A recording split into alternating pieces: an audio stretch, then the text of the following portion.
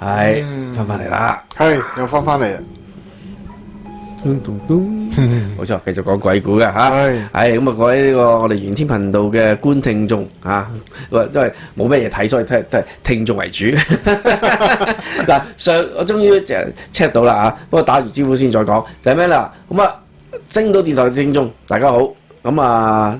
羅省超出 Central 嘅聽眾大家好，觀眾大家好。咁啊，如果畫面飛咗唔緊要嘅，我終於揾到個原因係咩啦？係啊，唔係我電腦出咗問題，係我部個 camera 出咗問題，因為個 camera 都用咗6-7年，7年啊，開始壞，佢一過熱咧，佢就冇咗畫面，定格咗，咁所以冇辦法。咁啊，因為資金嘅問題啦，有關稅啦，係冇錢。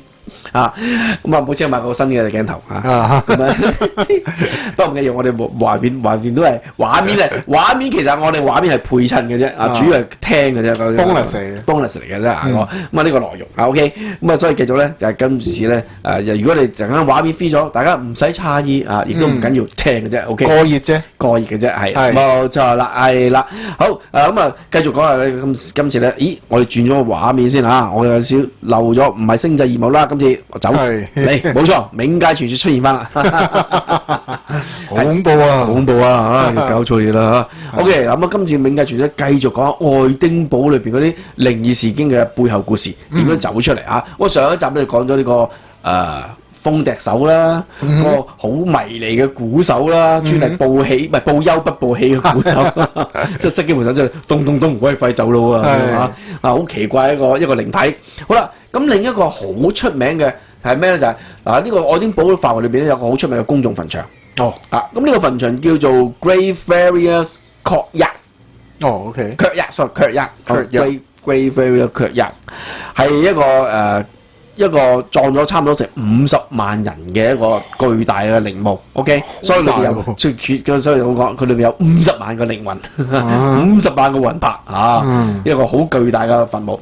咁呢個墓場裏邊咧，貴族啊、窮人啊都係葬喺裏邊噶啦 ，OK，只不過貴族葬嗰啲墓園嗰個陵墓就梗係靚仔啲啦，即係等同喺我哋呢邊咧，我哋啲華人。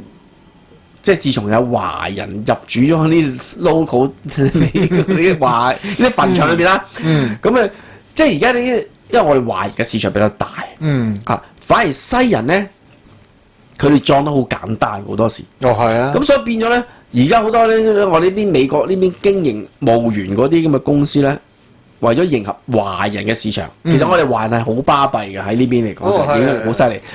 佢哋特登開發咗好多嘅新嘅墓地段俾個華人去購買，因為呢紮咧就係可以俾你整得好華麗、好靚都得嘅。因為華人喺對於殮葬方面咧，又有錢嗰紮咧，佢係好捨得揼錢去整得個墓園好靚，起到好似哇，成個亡靈咁嘅款，好誇張噶。我譬如我個外公，我外公佢嗰個墓園喺我哋呢邊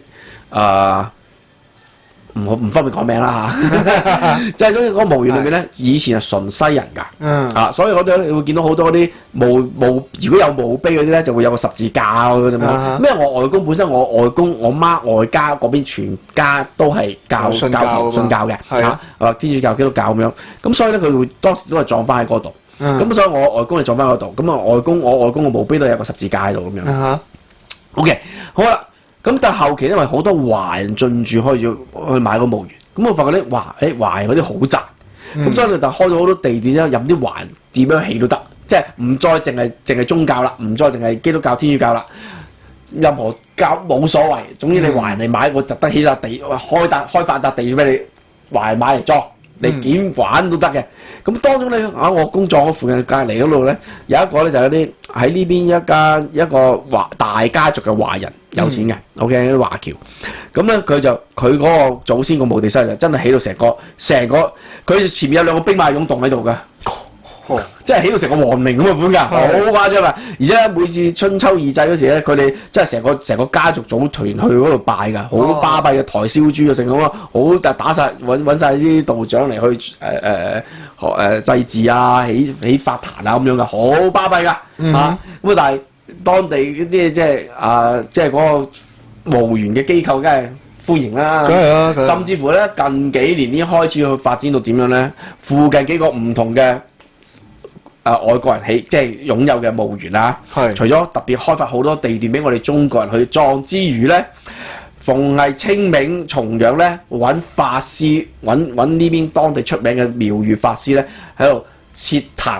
喺度誦經超度亡靈，仲會派燒肉啊、燒豬啊、燒肉啊、豉油雞，即係諸如此類啲祭祀品啊，派俾當日嗰啲嚟拜祭嘅善信去免費食啊！哦，你諗下幾巴閉，初頭只係一個墓園咁做，整下咧而家5個嘅墓園咧，明明唔係中國人㗎啲墓園啊，西方㗎，我啲澳亞係西人嚟㗎，但係佢哋照樣都請，越整越多。以前係一個墓園咁做，而家係基本上每一個有華人葬嘅墓園都咁做，跟住其實嗰啲俾足面我哋華人㗎啦，真係算係呢方面講，真係算係好巴閉嘅。有錢俾佢咪得咯？係因為華人錢多好賺啊嘛，華人捨得俾錢去葬啊，係佢會買笪大啲嘅。整靚啲嘅，俾多啲錢整靚佢嚟去。西人好多時咧，甚至乎連墓碑都冇噶嘛。佢得個石一個石板上邊刻住個名，就喺就佢葬個位置就冚塊石喺上邊嘅啫。嗰塊石仲大塊嘅啫，咁大塊咁多嘅啫。咁你話，咁我哋即係佢哋可以賺嘅錢會少好多。係 OK， 但係華人咧係好捨得俾錢嘅。因為甚至乎咧，西人咧佢哋有咁嘅葬法㗎。呢邊嘅墓園有咁嘅葬法㗎。佢係點樣咧？夫妻合葬嗱，華人咧就會買晒2笪地，平放2個棺木咁樣合葬。西人咧想慳啲錢，一齊佢同一笪地，只不過一個葬深啲，一個葬淺啲，即係落架床咁樣嚟裝法。咁個價錢平好多嘅。西人會好少會咁捨得買晒2笪地去平葬2個墓碑係咁樣嘅。但係中國人會，中國人係好少會咁樣即係除非你真係窮得好緊要，如果唔係嘅話，稍為有少少錢，佢哋都唔會俾佢自己嘅先人咧咁搭住葬嘅。就喺中國人嘅觀念裏邊，另一件葬喺上邊咁樣紮住，做乜嘢啫？戰屍底啊嘛。咪係咯，好怪啫，咁先就算2公婆都怪啦咁樣。但係西人冇呢個冇戰屍底呢個概念噶嘛。係咪先？所以西人係會好多人會選擇咁樣葬㗎。所謂佢西方嘅所謂合葬係上下疊住嘅合葬，華人合葬咪係平2個左右隔離咁樣平葬。咁所以華人嗰啲會俾多啲錢。所以你就算你嗰個西人，但係你要賺錢嘅話，你梗係 serve 呢一班肯俾錢㗎啦，係咪先？我梗係 peace 你，等你開心啲，係咪先？都整關稅啦。咪就係咯，多啲關稅添。唉，慘！我一定要提太慘我哋邊太恐怖。所以變咗咧，我哋華人喺市場裏邊講咧，喺靈葬墓界裏邊嚟講咧，係特別受歡迎㗎。甚至乎咧，西方人搞一壇嘅喪禮，租個場地舉辦喪禮，好簡單，請個神父嚟講幾句啊，咁樣之類，所花費嘅錢會少好多。但係中國人就唔同啦。可能會請一啲打齋㗎啦，會有燒金銀衣紙㗎啦，呢啲可以另外全部係可以額外加錢㗎嘛。所以咧，即係有啲人覺得，而中國人嚟喺我哋靈堂度設靈做辦喪事嘅話，開心好多嘅，因為你覺得中國人啲一定會搞好多嘢，佢可以連個相關嘅產業會分出去咧，會收到好多傭。因為譬如佢介紹啲花送花嘅，我介紹啲打磨佬嘅諸如此類，咁嗰邊又食翻個 commission 咁樣，一條龍服務，佢係會賺多好多嘢。所以好多時咧，華人去咧會攞到好多 discount 添，因為佢賺嘅錢多咗嘛。反而西式嗰啲揾個神父、牧師諸如此類嚟念個經講一輪走得，好簡單係嘛？冇咁多儀式，冇咁多呢啲嘢搞，爭好遠。中國人做多好多嘢，又收到好多錢，開心好多噶嘛，係咪先？咁所以完全唔一樣咯。所以喺我哋呢邊嚟講，以殯葬業嚟講咧，我哋華人算係幾有面子呢一 part 嚟講。另一個有面子嘅地方就係賭場，一定係特別需要華人多啲嘅，OK 因為華人好賭真係慘。Anyway， 好啦，咁就呢一個墓園啦，講翻呢個愛丁堡裏邊呢個50幾萬人，呢個50幾萬嘅大墓園，咁一樣啦，就係貴族嗰啲咧整得靚好多嘅，平民嗰啲咧，窮嗰啲咧係誇張到點樣咧？嗱，我呢度頭先講過啦，你窮少少，你咪買個墓碑，一個扁形嘅一塊咁上下 size 嘅墓碑喺上面刻咗個名，乜水幾時生幾時死，棟喺度，喺個唔係棟高添喎，仲係平放嗰個墓地上面嘅啫喎。你打洞要打樁㗎喎。係啦，咁平放喺上面嘅啫。咁啊嗱，呢個係最平嘅。OK， 咁喺呢個墓園裏邊咧，仲折墮到咧。可能佢有個墓碑，可能棟條木插住，寫住墨水喺度寫嗰度，即係好似中國式嗰啲棟個木板度寫住阿水死咗喺度咁樣然之後咧冇錢葬啊嘛，即係冇錢揾人去掘實，佢掘到好淺，即係求其掘個坑，掉電絲上去冚塊石，係咁你鋪少泥喺上邊就算數㗎啦。有好多呢啲咁樣嘅，所以咧。日久失修之後咧，你會行到墓園咧，你會見到啲骨頭叉咗出嚟啊，手啊、腳啊突咗出嚟，落雨啊、水泥沖啊咁樣，因為佢撞得唔深啊嘛，又冇嘢冚住，攞塊即係正所謂攞塊石捲住掉落去咁嘅款㗎，或者喺上面求其冚塊木板冚住個蓋喺上面鋪啲泥。咁日久失修之後咧，咁啲水沖下泥，用下，即係有啲骨頭手指趌咗出嚟啊，啲手趌咗出嚟啊，啲腳就叉咗出嚟啊咁樣嘅經常見到嘅，佢哋當年嚟講咁所以變咗咧，就據講當時一個咧唔知係喺度做嘢嘅人咧，定一個盜墓嘅人士咧，就唔覺意就踢開個棺材蓋定點樣咧，就放咗個靈體出嚟。咁而呢個靈體咧係俾包你㗎，佢都叫做有個名嘅，叫做放咗靈體出嚟。係啦，即係佢唔覺意踢到嘛。一踢到嗰個靈體，咁踢咗，咁啊據講啦因為佢踢到咁啊個靈體走咗出嚟，咁所以變咗就總之好搞笑啦，總之唔知我係唔知佢係盜墓打開咗個蓋，定係鞋哥唔覺意大腳一西咗。嗰啲地方窮人都唔會去盜墓啦，係嘛？唔知咁我好奇怪，咁所以就話就係因為咁嘅原因。葬喺裏邊嘅其中一個靈魂咧就出咗嚟，就經常咧就喺呢個墓園度周圍徘徊啦。咁而呢個咧就好出名嘅，呢個鬼魂有名㗎，因為佢踢到放咗嚟嗰個墓咧，嗰個人寫住個名就叫喬治麥肯齊。OK 唔係麥肯雞OK 喬治麥肯齊。OK 咁咧佢話呢個靈魂就係呢個墓碑啦，就唔該俾人踢開咗，咁啊放咗出嚟。咁經常咧佢話到今時今日佢話基本上係呢件事發生喺1999年。自從嗰時開始之後咧，呢個什麼喬治麥肯齊就係 George 唔知乜肯齊唔知點譯阿齊哥啦，阿劑哥，George 仔啦George 仔咧就除咗自1999年開始咧，就好多人喺呢個墓園咧就經常見到佢喺度徘徊啦。1999年開始近代咯。近代㗎，到而家話經常呢個阿 George 咧，經常喺度喺度即係呢個墓地出沒喺度拜祭嘅人咧，經常俾佢嚇一嚇咁樣嘅，失驚無神突然間出現，大家都咁唔見咗。OK， 但係佢出現佢係正常樣定點啊？定係骷髏骨頭啊？咩形態都有嘅話，但係總之就係話但係個服飾打扮一樣嘅，所以先知係同一個。總之就係。你喺度拜拜，突然間佢噔噔噔噔噔噔噔，跟住噔噔噔噔噔就唔見咗，踩住滑板啊！踩住滑板啊！或者喺你個墓碑後邊突然間咁聲噔噔噔噔噔，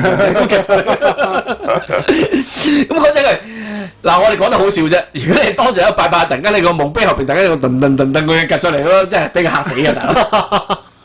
咪仲要有音樂先定聲，熄咗佢，噔噔噔噔，係幾恐怖！即係我哋講得好笑啫，真實嘅現場嚟講，你見到你未必會笑得出㗎嗱，除非好似我哋膽生毛，大膽啲嘅就可能就覺得，我係咪就少咗啲配樂啊？我使唔使我幫你俾啲音樂你慢慢聽，再嚟講，我俾啲音樂先，教快佢咁上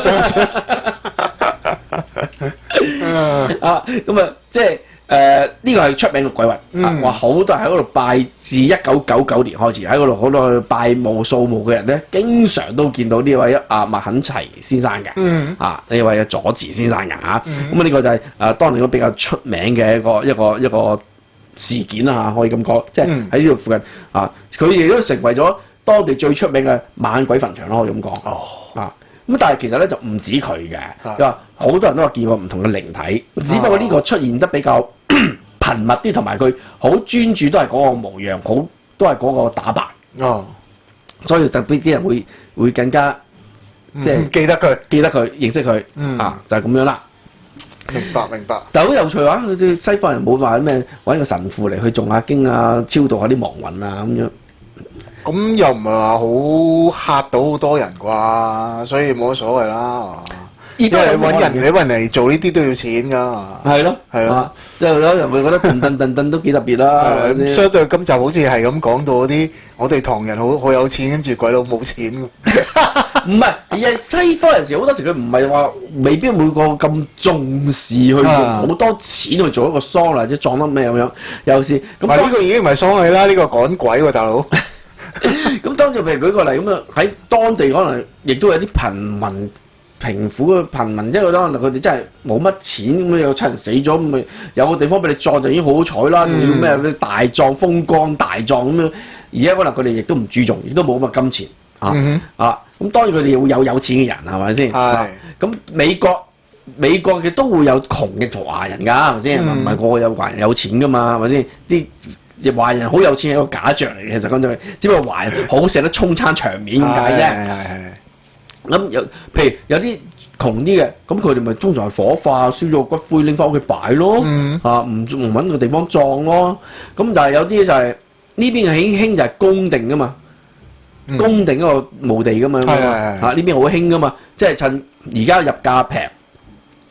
我都話我有啲顧客，佢本身係做投資嘅，OK，咁但係佢命格咧，我幫佢 check 完咗，咦，你個命格識做投資嘅土地嘅投資喎，咁除咗話，哇！但係我買笪地翻嚟起嘢，或者買笪地翻嚟擁住嘅話，都好貴噶噃，一落地唔平噶喎，咁樣又短期內又賣唔翻出去，咁我咪揸住錢唔係幾好喎，咁樣，咁有咩方法啊嘛？咁佢哋嗰啲人咧，通常呢個命格食得到嘅話咧，佢話：買墓地啊！點為之命格食得到咧？有啲人個命格係可以靠食，靠土。五行屬要土去旺自己嘅咁樣，而佢個命格夠晒強嘅，唔會咁容易招到陰氣嘅咁樣。咁呢啲命格嘅話，咁佢就適宜佢咧就投資係土地產咁但係又是如果土地產你資金唔夠嘅話，買唔到成笪地你成 lot 地嚟去起嘢或者賣嘅話，咁喺小額投資係咩咧？我就教咗呢個客方法就係投資墓地啦。因為咧呢個墓地係每年都會升值嘅。我哋呢邊因為地基永遠矜貴噶嘛，所以我哋邊啲墓地咧，而且你買咗係永遠㗎，除非嗰間墓地公司執笠嘅啫嗰啲更加唔會去，唔會有可能執笠啦。係啦，咁所以變咗咧，我哋呢邊就比較有啲叫永遠墳場嗰啲咁嘅款啦。OK，好啦，咁你今年買，譬如我當年我教嗰個客做嘅時候咧，咁佢就即刻去買，跟住佢嘅錢唔夠買間屋或者買笪地嚟投資嘛，咁佢資金唔夠嘅話。咁可以買啲咩咧？當時佢嗰度有其中一個墓園裏邊咧，有個新開發嘅一個地段，新開發㗎。啱啱如果新進住落去買嘅話，一粒買嘅話平好多，大概係3000蚊一個墓地。OK，又唔係話好貴喎。廿幾年前，咁依家成萬蚊㗎喎。唔止。當年。20幾年前我教咗呢個客咁樣做，佢走去賣，佢一口氣賣咗10個，唔知11個定12個，超過10個嘅 OK，每一個大概2000蚊至3000蚊一個，佢買咗10個一粒，然之後咧有個好處就係，佢成個家族好多人，如果將來賣唔出，自己一定用得翻晒，一定用得翻晒，係咪先？唔會蝕㗎 OK，而且你而家供。你2000幾3000蚊，你供嘅話，你每個月係幾10蚊8蚊咁供落去㗎咋？或者幾廿蚊供落去㗎咋？每個月供幾廿蚊㗎咋？佢嗰時唔知每個月供10蚊定點樣嘅，10幾個，好抵嘅。OK，當然啦，佢未幾千蚊，佢都唔使供咁滯啦，一口氣都可以批我買咗個家。然之後咧，3年後升到咧2000蚊嗰個升到8000。3000蚊個升到12000，哇，好賺！3年啫，係幾倍 ？OK，佢10幾個，佢賣咗一半，佢就夠錢單批間屋啦已經。跟住佢話好賺，所以佢 keep 住買新嘅。到時咁上下又賣緊幾個出去。哦，佢平均每一個都賺1-2萬，但係係1-2年、2-3年時間嘅啫。哇，係，即係呢個小額投資，風險回報高又風險低。哦，咁呢個其實冇風險添啦，係冇風險嘅，係啊，回報高，你除非個墓地水浸，係啊，又唔會又出嚟打你噶嘛，係咪先？所以佢零風險，回報高。但係唔係每一個人嗰個命水，即係只要佢冇個門路賣翻出去。佢揾 sales 賣嘅話，佢又要俾翻 commission， 而佢本身就係做地產經紀 sales 嚟。哦，OK， 只不過佢自己唔夠錢去買間屋嚟做投資，反而佢咁樣整啫，佢就有錢去買間屋嚟做投資啦。哦。明白，去 flip 屋啦咁樣啦，明白嚇，即係佢本身就係一個經紀，佢係同一啲相熟嘅墓地啲人又相熟，所以變咗佢咁樣做嘅話，佢賺得幾多？呢個係一個方法，係另一個另類啲嘅揾錢方法啦。係可以咁講。咁啊，即係所以變咗墓地方面嚟講，都係一個幾勁嘅一個商業鏈。咁啊係，呢個都係一段生意啦，都係段生意。好似依家香港破地獄係咪先？即係因為一套戲。牽起晒全部嗰啲嘢啦，即係我譬如我哋之間我哋屋企嘅家族嚟講，我哋都會預早買定，好多都會預早買定㗎，供定先，而且供幾年就供完㗎啦。供完之後咧，咁到時我幾時死幾時都會有機會用咁樣，只不過就係我同我太太就未必會買墓地啦。因為我兩個首先我哋冇後人，死咗嘅話，最好有人幫我哋安排就係火葬，將骨灰抌落大海。回歸自然啊，十蚊公園都得，冇乜所謂。我冇行嚟拜我嘅，除咗拜我點化灰都冇乜所謂嘅，講真句我亦都唔希望有要投胎重生啦。即係喺我角度嚟講咧，如果有得俾我揀，即係如果天公咁好，唔強迫我再投胎重生嘅話，就由得我永遠沉睡啦，出入面啦。我亦都冇興趣重新再變成任何一種物體。我係完全冇，我完全唔興趣不大，唔 enjoy 嘅。OK，你如果可以沉睡俾我，繼續沉睡落去啦嚇，永遠可以唔使叫醒我咩，甚至乎將我咩化錯骨揚灰，永不超生都唔使投胎，唔投胎咪仲好咯，係嘛？總之徹底地將我消滅啦。我唔係好賣嘅 ，OK， 俾你投胎做關稅啦，俾人鬧啊！唔係收人哋嘅，我收完咗俾人鬧，我都會俾人詛咒即係咩都唔想，咩都唔使做。即係如果我真係可以俾我有得俾我揀，天公對我咁好，俾我有揀嘅話，我死咗之後想點啊？我想永遠消失，唔使投胎啦 ，OK， 唔使重複呢啲嘢啦，我完全冇興趣 ，OK。我完全冇興趣重現呢個世界，將我永遠消失得噶啦 ，OK， 我係完全唔 mind 嘅 ，OK， 所以葬唔葬更加冇必要啦，即係除非你有後代咯，後代咪要葬啦，等嚟拜咯，係咪先？不過有個好有趣嘅一個冷笑話就係，當年我媽買咗個墓地之後咧，佢就話諗啦，哎呀，我唔應該買呢個路段啊，咁高行上都好辛苦啫。跟住我媽。你都瞓咗喺度啦，仲使鬼你行？我阿媽就佢有事嘛，佢動住啲怪咗行上嚟啊嘛。話首先靈體過咗身之後咧，其實咧佢之前行動不便都好啦，過咗身之後咧就冇咗呢個問題噶啦。會打回病係唔會跟嘅，係唔會嘅，打回原形嘅。OK，佢 show 俾人睇，佢動主拐杖係因為係佢 show 俾人睇個形象嚟嘅啫，人設嚟嘅，人設嚟嘅啫。本身嚟講，佢係有冇拐杖都係冇所謂嘅，因為已經係個靈體，係唔需要動拐杖，腳有冇事係佢飄嘅啫，道具嚟嘅，道具嚟嘅啫。係佢嘅人設嚟嘅啫。所以人靈魂過咗身之後，成人死咗就係死咗，就係重新嚟㗎啦，重新一個生命形式嚟㗎啦。好啦，咁所以。呢個段路行上去咁斜咁辛苦，關你鬼事咩？辛苦嘅都係我哋拜嗰陣啫。跟住話：咦係喎，呢個位風水好啊，買呢度啦。我話 OK， 呢個位風水幾好嘅，買呢度啦。至於行上去辛苦嘅話，唔關你事，係我哋。但係我哋通常會買定供定咁樣咯。因為而家買3萬。如果我到8年歸度買嗰時候，可能係30萬嘅喎，大佬。咁啊，係咪先？我梗係而家買定供應先啦，但係有曬地契喺度，買咗就係我㗎啦嘛。呢邊又唔會執笠嘅咁樣，即係除非世界大戰打到嚟亂七八糟嗰時候，乜鬼都化灰啦，都冇所謂啦，係咪先？如果一般正常情況之下，我呢笪地係抵買。即係如果有心要撞嘅話，喺我哋 Bay Area 呢邊啊，三藩市灣區嘅朋友、華人朋友，如果聽到你哋又預諗住撞嘅話，我都會實質你哋而家供定買定係着數啲嘅。明白明白。甚至乎有啲咩一條龍服務供定嘅，即係死後嘅殯儀服務啊、殮葬服務，因為分開俾錢噶嘛。如果而家一次過一條路，我買咗嗰笪地，買埋呢個服務嘅話，嗰個價錢又會平好多嘅。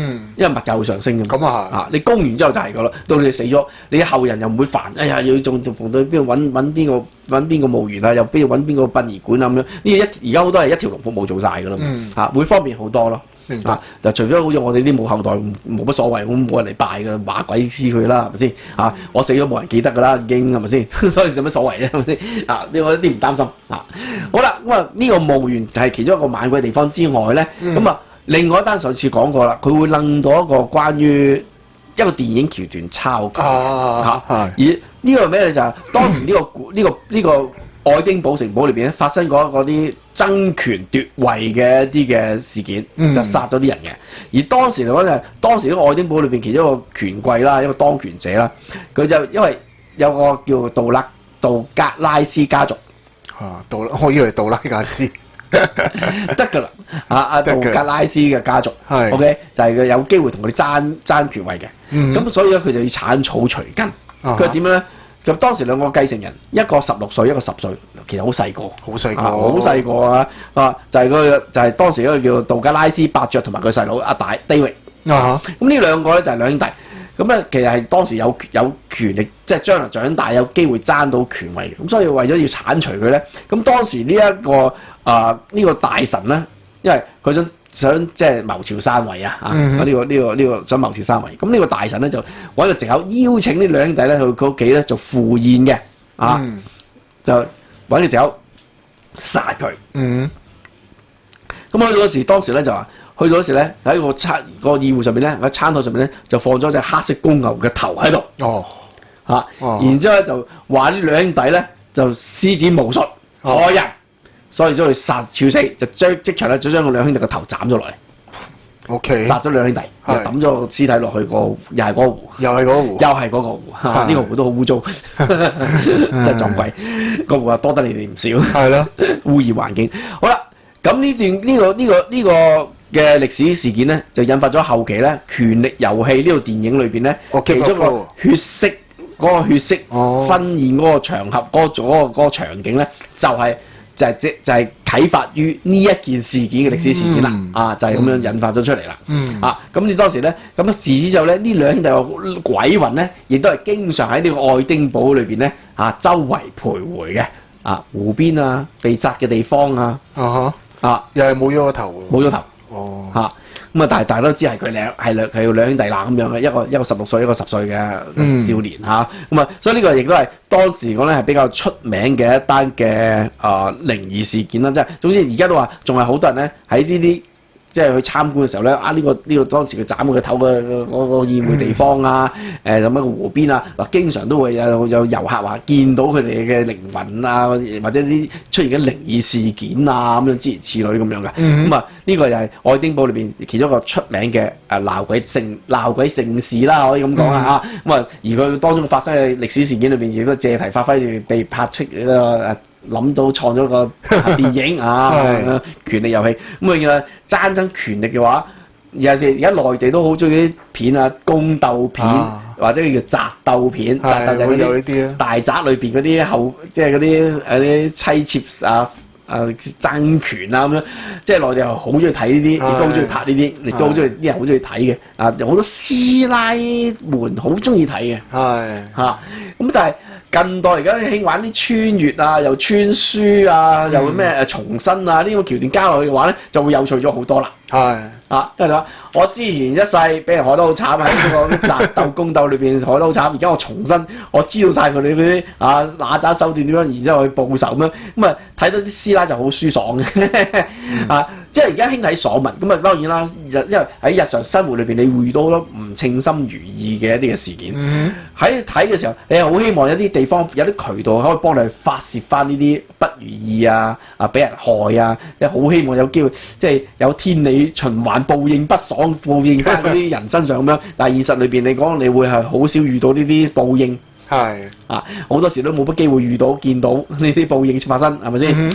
唯一嘅唔同就係話喺呢片裏邊睇到，所以點解好多師奶們啊，好多觀眾們好中意睇呢啲片啊，爽，因為現實做唔到嘢，喺電影裏面幫我做翻，發泄咗我心裏邊嗰種不平衡，開心好多嘅。所以冇話你。即係甚至我睇啲修仙小説，我而家都好中意睇一啲穿越啊、重生嘅修仙小説，過癮啲㗎嘛。因為重生或者穿越，佢多咗好多，因為有啲係叫有系統啊。穿越嘅時候會附帶咗個系統更新，呢個系統咧可以賜俾佢好多神奇嘅寶貝啊，之類咁樣，好過癮。咁呢啲睇落你會爽好多啦，即係睇到個男主角開掛啊，一路開掛，點樣殺上去變成最勁嘅咁樣係嘛？有如有神助咁樣，因為你現實嘅世界裏邊，你邊有咁多神助啫？係咪先？俾人試啊！你份俾人插到個背脊啪啪響係嘛？但係現實裏邊做唔到嘢，喺小説世界會做到嘅話，就變咗好開心，好多人中意睇。我都中意睇呢啲爽文嘅小説即係總之。你嗰頭恰完我轉頭就可以報到仇幾爽！因為現實裏邊唔得噶嘛，係咪先？俾人害死咗就害死咗啦，掉咗落湖就掉咗落湖啦咁樣，係咪先？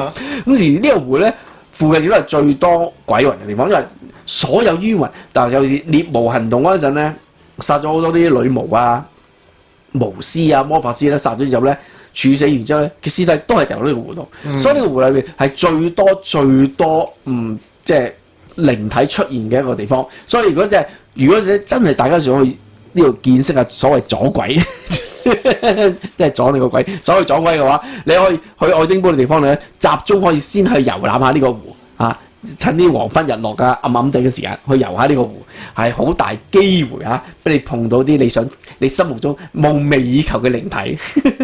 但係點講咧？我之前聽你講過話，我哋即係中國人有一個所謂嘅驅鬼嘅一個做法，就係揾個太陽曬嗰個位啊嘛，曬佢749日啊嘛。但係嗰個湖佢曬咗咁多年，佢啲鬼仲喺度咩？即係嗱，其實曬咧唔係叫驅鬼，而係佢曬走啲負能量，點解啫？咁佢快曬咗咁多百年噶咯。咁負能量係一啲怨念啊，諸如此類啦，當係咁樣啦。咁但係如果有啲本身佢冇怨念，又唔係咩負能，即係唔係一啲負能量啊，佢係一啲只係普通嘅靈體啫。咁可能嗰啲唔受影響啩？哦，OK，即係可以咁講啦。因為咁講中。唔知啊，我哋又未死過。我知。我哋真係唔知佢究竟個操作係點樣，係咪先？即係我哋靠估，係嘛？抽乾晒個湖嘅，想住一把火燒咗湖嘅。但係啲骨依然仲喺度噶嘛？即係呢啲火燒到佢灰咁點得唔得咧？唔知咁啊，將相關當局都唔去做，我哋我知啦，係嘛？不過只不過可能得啩，唔知。但係燒走咗啫，咁佢個。點講個軀殼喺度啫，冇咗啫，咁個靈魂魄可能都仲喺度嘅，唔知啊。哦，又或者佢哋留戀呢度咯，咁多年你都仲留戀啊？唔知喎，收佢哋關稅咯。有講法噶嘛？你撞咗嗰度嘅時候，佢走唔得遠噶嘛？佢唔能夠離開嗰個範圍太遠噶嘛？係咪先？就算燒個骨嘅話，都未必可能走得遠噶喎，唔知噶喎。收佢哋關稅會唔會趕走佢？佢哋會搞你咯。走就走唔到噶啦，錢就冇得俾噶，搞你。唔好燒翻啲錢俾我，搞鬼你咯咁所以呢個就係個湖裏邊亦都係個特別多靈體嘅嘢。OK，咁另一方面咧，有一單咧就仲有趣啲嘅就係話咧，當時嚟講喺又係15世紀嗰個時候嘅。OK，咁就係有一個叫做當時應該1670年15世紀1670年。喂，當時嚟講咧，有一位嘅少教。OK，咁就據傳說咧，佢係一個法師。佢叫西宮法師西方弓箭嗰個弓西宮法師。OK， 據傳說呢位西宮法師咧佢個名叫做湯馬斯威爾少教。OK， 佢呢個靈體咧到今時今日咧都經常仲喺呢個地方喺呢個成個愛丁堡附近去徘徊嘅。當然嗱，佢因為佢係一個少教啦，咁佢有自己喺呢個愛丁堡裏邊咧，佢有自己所屬嘅一個居住嘅地方嘅。OK， 有個即係佢有間佢嘅屋啊、房啊咁樣諸如此類。好啦，呢個少教係咩事咧？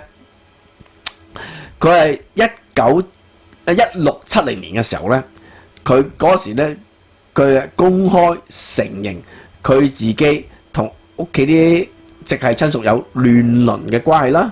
佢有人獸交啦，同埋佢因為識指魔，佢因為佢係法師啊嘛，佢用魔法咧就同好多啲鬼魂交流啊，做咗好多傷天害理嘅事。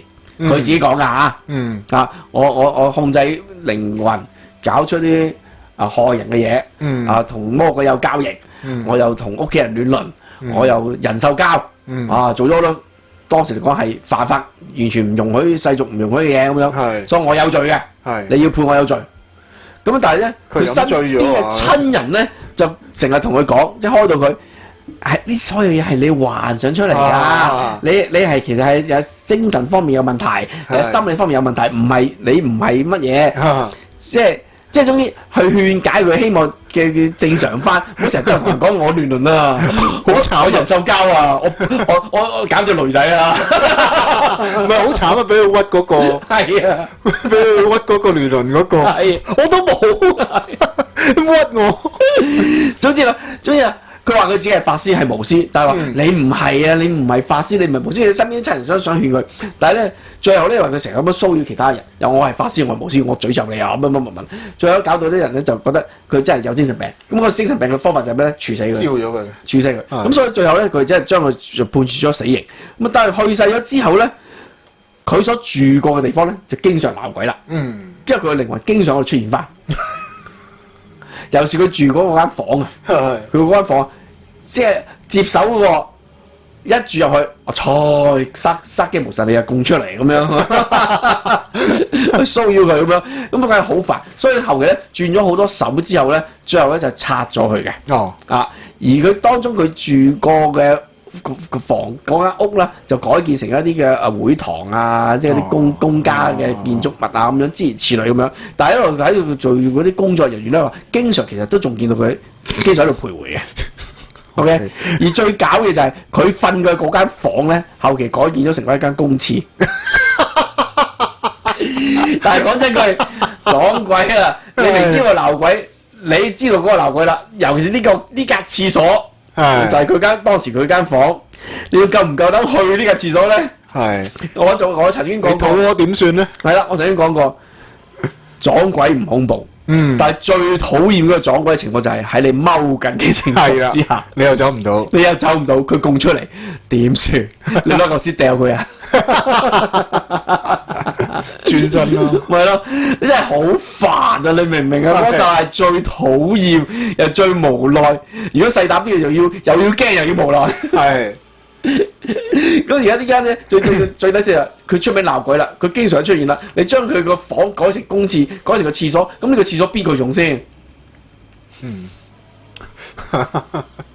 開細都仲好啲係咪？你開大真係，holy， 佢又出嚟啦！喺個廁所又喺個廁兜裏邊噔伸個頭。浮出嚟係咯，你對住屙啊，真係撞鬼啦！即係呢個係一個相當尷尬嘅靈異事件。咁啊，呢個但係當地嚟講亦都係出名嘅。到今時今日佢都仲係好多人話見到佢喺度徘徊嘅。呢個會唔會拍電影？呢個會拍電影 OK， 揾個你最憎嘅人去做嗰隻鬼。嗱，因為呢個愛丁堡呢個湖咧，除咗當時好多點解多死人咧？其中好多嘅死人當中裏邊咧，有一 part 係最出名嘅因為呢個所謂嘅公家墳場咧，呢個垃圾場咁嘅款呢個湖泊喺愛丁堡嘅山腳下邊嘅。OK， 總之當時處死側嘅人、被害嘅人、罪犯死咗嘅人，全部都係掉落呢個湖噶啦。而當時嗱，每一個地方咧，每一個時期咧，梗會出現啲殺人屠夫嘅。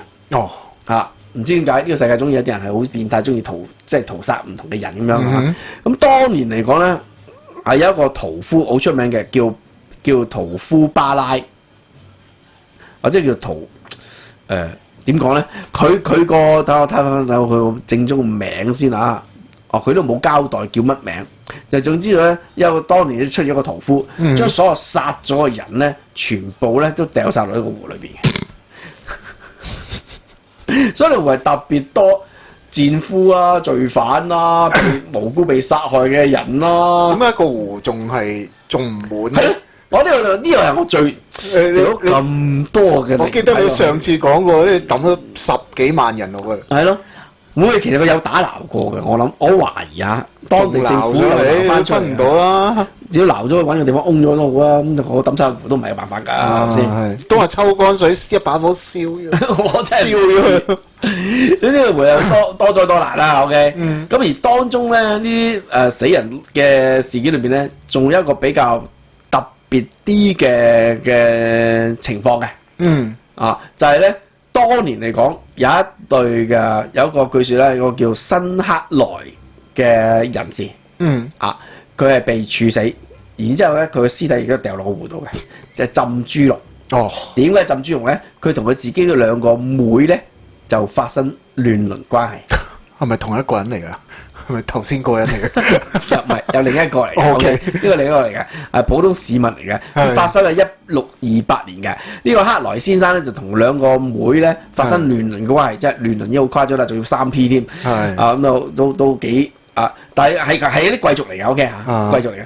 咁啊，但係 OK 好正常嘅。貴族係咁噶嘛？係啊，因為如果唔係就唔會有格林童話啦。係啊。格林童話就專係寫呢啲踢爆呢啲貴族裏邊嗰啲污糟邋遢事、變態史噶嘛。即係白雪公主個戀屍癖嘅王子啊，變態嘅白雪公主勾引父王呢啲，係當時個格林童話最早嘅時候嘅版本，係講述當時嘅皇室啊、貴族裏邊嗰啲污糟邋遢嘢噶嘛。其實唔係俾細路仔睇噶嘛，係咪先？本身就唔係童話嚟。包裝用童話包裝去諷刺嗰時嗰啲㗎嘛。咁但係後期因為要俾細路仔睇，先改到而家咁美好嘅白雪公主。以前係勾引皇道，同佢老豆亂倫噶嘛，同佢父王亂倫，同阿媽爭老公噶嘛，係嘛？呢個真實嘅白雪公主係咁噶嘛。而家就好可愛嘅白雪公主，同7個好可愛嘅小矮人，以前係一齊瞓噶嘛。係啊，但係依家又俾真人嗰打破咗。而家我係好恐怖嘅白雪公主。唔知啊，嗰七個小矮人仲肯唔肯搞佢啦？咪 AI 嚟嘅啫，OK 嘅，你 set 個 program 啫。即係如果真係有個咁樣嘅白雪公主，仲有冇嗰7個小矮人肯搞佢咧？係咪？我就打佢多啲咯，一個謎團啦。係，算吧啦。即係你改編做俾小朋友睇，你改到咁核突嘅話，不如擺翻原著第一版落去啦。就同我父王亂倫算啦。啱。呢個先係真正嘅白雪公主啊嘛，係咪先？唉，真係 OK。咁但係當時講咧，呢個人因為俾人捉到啦，運咗個箱，被鎖咗個箱裏邊抌落湖啦，即係等同中國嘅浸豬籠一樣。佢哋就唔係浸豬籠，就鎖個箱嚟掉落個湖度咁樣嘅。經過2個多世紀啊，1628年到而家2個都唔止2個多世紀啦。15世紀，而家20世紀5個世紀啦，就經過咗5個世紀。啲工人們咧就喺個湖底裏面咧發現翻呢3具嘅屍體，連埋2個妹都抌埋落去，一齊撞啊嘛！揾咗個箱度掉落個湖底浸死佢哋噶嘛。OK，揾翻啲3具屍體出嚟，但係咧據聞咧揾翻出嚟之後咧，佢哋嘅呢個三兄妹咧，經過雲淡咧，經常都仲喺呢個湖邊周圍走嘅。OK，即係又係常客嚟嘅。可能佢哋覺得死得冤枉啩，因為佢哋覺得就係個個都咁亂倫噶啦，點解你哋唔拉佢拉我啊？即係可能咁樣啊，有陣怨氣。個怨氣就係話，因為人係咁樣噶嘛，即係你細路仔嗰時都好中意嘅，偷嘢被罰。邊個夠偷咯？一定咁樣噶嘛，一定要爆其他，一定要爆其他出嚟噶嘛，攬炒。要拖人落水。係啦。一樣咯，咁貴族一樣咯，貴族個個都烏煙瘴氣噶啦，啲貴族皇室個個都亂七八糟噶啦，亂搞噶啦，點解你唔拉佢就要罰我咧？咁樣係咪先？係，所以就怨喺度唔走噶嘛，所以繼續係成為呢個湖裏邊亦其中一個好出名嘅鬼魂。包括頭先嗰個什麼屠夫殺嘅人啦，獵巫先緊要啊！當年嚟講，200幾個女巫被獵殺，全部都係掉落呢個湖裏邊嘅。哦。即係獵巫時期嗰個黑暗歷史啊！咁你諗下，哇，200唔係300幾個女巫啊！300幾個女巫，因為當時被捉到嘅有4000幾名啊嘛，哇！被指控多數喺火柱度燒死噶嘛，咁其中有300幾名咧就掉落個湖裏邊嘅，咁所以咧自1537年禁止呢個1537年裏邊咧燒咗好多殺咗好多人之後咧，一直到而家。呢日女巫嘅靈魂都據講啦，經常喺呢度出現。嗱，如果真係女巫嗰啲，甚至乎可能係害人添咁樣。總之成個呢個愛丁堡區裏邊，即係種種嘅魂魄啦，背後個古仔都係唔係變態，就係比較相當地殘忍殘暴咁樣殺。咁嗰個年代係咁嘅，咁啊係古時噶嘛，文字未開咁講，咁所以變咗形成咁多冤魂，就亦都合情合理嘅。喂，之所以喺嗰度死得嘅冇乜幾多個係自然死得安樂樂噶嘛？冇，全部都係俾人抌落去，即係全部死得好悲哀嘅，你明唔明啊？尤其去到1645年嗰爆發瘟疫嘅時候，亦都死咗好大扎人，有300幾個居民亦都喺屋企裏面死，被圍死咗，亦到最後亦都係咁撞喺嗰條，即係亂咁撞啊咁樣諸如此類。咁所以周圍都係大街小巷，即係正所謂10步撞一隻。咁你話好難唔會撞到嘅，咁所以點解成個呢個地方咁多呢啲咁嘅，其實仲有好多呢啲故仔都係圍繞住呢一個嘅愛丁堡。所以愛丁堡裏邊咧，除咗歷史價值去觀賞之後咧，佢另一個觀賞價值就係易撞鬼，撞鬼易。仲易過你借錢，除咗借錢之外，仲有一個撞鬼易啊！撞鬼易就喺呢個愛丁堡啊！如果總之係嗰句咧，大家中意靈探嘅朋友啊，對呢啲鬼怪特別有興趣嘅朋友啊，無論你大膽細膽，你想去嚇自己又好，又或者好似我哋啲去到嬉笑怒罵都好啦。如果中意撞嘅話，你都可以去睇睇啊！好大機會有機會撞到。OK。冇呢啲我唔會好想去，一定好臭。我完全冇興趣啊 ！OK， 係一定好臭，肯定好臭。唔知有冇清理啦？你點清理啊？你冇得清理嘅嗰啲，你抌落湖底。唔係啊！嗱，佢就頭先講啦，佢有相關人士會掘翻出嚟噶嘛，掘翻嗰個盒啊，揾翻呢啲屍體出嚟噶嘛。咁即係佢係有人去清理嘅。但係可能清理唔晒嘅，因為你點清理得晒嘅？唔係個湖底咁多咁大，佢又冇放晒水嘅，即係話佢撈得幾多得幾多咯。你抽晒啲水出嚟就話嘅。即係佢係撈得幾多咯，即係至少點解佢知道300幾個女巫嘅屍體，因為佢撈翻出嚟啊嘛。撈翻出嚟，可能有記錄有記錄啊嘛，唔知啊，總之佢有定期清理嘅，有撈翻出嚟嘅，我唔信佢就咁入到佢喺下邊啦，係咪先？咁變態，滿咗啦個湖。而最瘋狂一段時間就係又係1827年嗰時咧，好多啲人啊，初頭咧，因為嗱1827年，而家就好多人會捐自己嘅屍，死咗之後捐咗自己嘅身體去俾啲醫學去做研究啊，做解剖，俾啲學生做解剖用啊咁樣噶嘛。但係喺100幾年嗰陣咧冇嘅，唔係咁興呢樣嘢。咁好多醫院咧要做活體實驗啊、研究啊，即係要做研究解剖啊。啲醫生、啲學生點樣？佢就會揾啲相熟嘅商人去買一啲冇人認領嘅屍體，嚟去做呢啲咁嘅大體醫生啊咁樣噶嘛。咁啊有啲相反咧就係覺得。邊有咁多冇人認領嘅啫？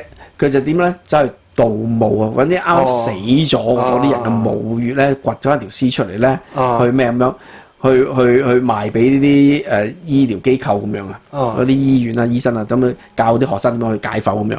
咁啊，發覺咧就掘到咁多墓㗎，咁多人啱啱死咩係咪先？咁佢哋所有賺錢點咧？後期咧引發咗一連串啦，1827年嘅時候咧，有幾個啲原本係盜墓盜屍體去賣嘅啫。後期咧就發覺，發覺都唔係好夠皮喎，因為屍體賣嘅價錢貴，我幾個月先可能先掘到一條屍，或者1年半載先掘到條屍嘅話，咁我咪賺錢少咗嘛。所以佢哋合謀咧就搞咗一單好恐怖嘅案件出嚟，就係當時咧引咗一班嘅當地嘅炸嘅居民啊，話參加一個什麼宴會定唔知點樣聚會咁樣啊，而喺聚會裏邊咧落咗安眠藥。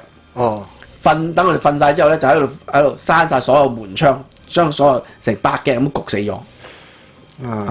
咁又係發生喺愛丁堡裏邊。